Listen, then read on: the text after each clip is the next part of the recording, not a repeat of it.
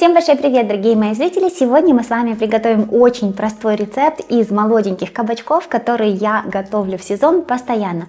Нам с вами не придется ничего жарить, и в принципе это очень просто и легко, а в итоге у нас получится полезнейшая кабачковая икра. Кабачковую икру таким способом я часто готовлю. Беру один кабачок 300 граммов, где-то одну небольшую цибульку, одну маленькую морковку, немножко болгарского перца красного и зубчик чеснока. Нарезаю кабачок на кубики. Я еще с детства очень люблю кабачковую икру, но раньше моя мама всегда все ингредиенты обжаривала предварительно перед тем, как их измельчить непосредственно икру. Я сейчас их не обжариваю, а запекаю очень простым и удобным способом. Поэтому хочу с вами поделиться тоже этим способом, чтобы вы наслаждались этим полезным блюдом как можно чаще, пока сезон. Кабачки у меня молоденькие, как видите, у них очень нежные семечки.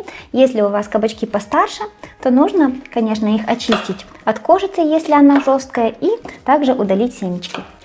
Цибульку тоже нарезаю на такие же кубики, произвольного размера, как вам удобнее и быстрее. Мне очень нравится этот способ приготовления тем, что у нас получается намного меньше жира, и мы ничего не обжариваем. Соответственно, это намного полезнее и делается быстрее, чем классическая икра. Морковку тоже нарезаем на кружочки или на любые кубики, которые у вас получатся.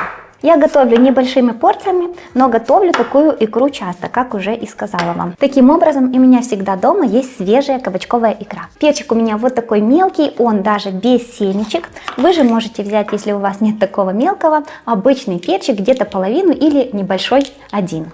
Тоже произвольно нарезаю, как видите, рецепт совсем не замысловатый, все произвольно нарезаем пока. Хотите, можно взять немного острого перчика. В магазинах часто продается перчик уже в горшочках или на рынках, особенно в начале лета. И это очень удобно, когда вот под рукой у вас есть такой горшочек с острым перцем.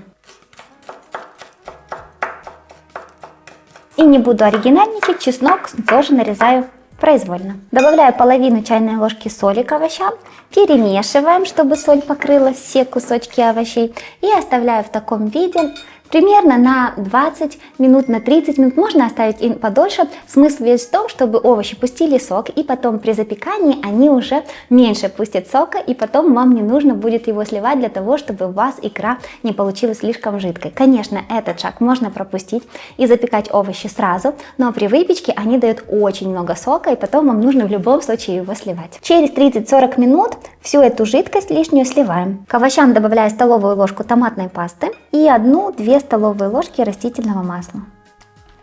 Это все хорошенько перемешаем, чтобы томатная паста распределилась и масло тоже распределилось по всем овощам. Подготовленные овощи перекладываем в пакет для запекания или же в рукав для запекания. У меня здесь одна сторона уже зафиксирована, как в обычном пакете. Если у вас обычный рукав, то зафиксируйте его снизу. Перекладываю сюда овощи.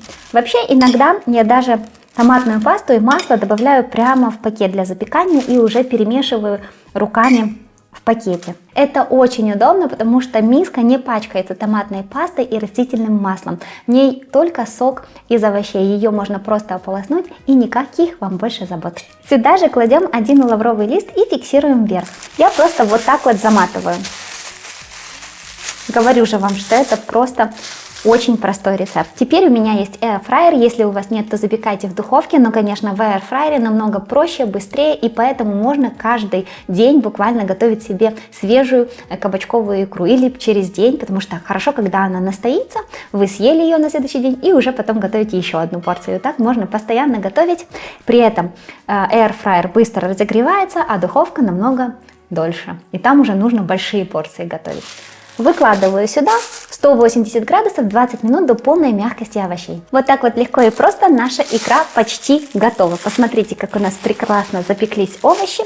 Я просто отрезаю вот этот край и пересыпаю сюда овощи. Лавровый лист я оставила в пакете. И все это в блендере. Если же у вас нет блендера, хотя я очень сомневаюсь, что может такое быть, но как раньше все делали, мы просто перемалывали через мясорубку. Можно старым способом.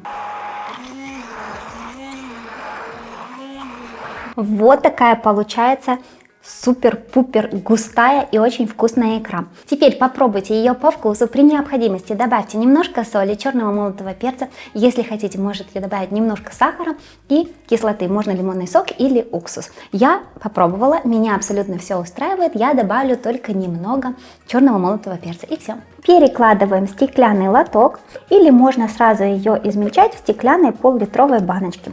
Тогда не нужно уже никуда будет перекладывать. И самое главное блюдо лета – икра с хлебом. Посмотрите, какая она получилась густая, красивого вот такого цвета. И так просто легко ее сделать, при этом она, можно сказать, диетическая. Мы ничего не жарили, очень мало масла здесь растительного. Да и времени мы на приготовление потратили немного.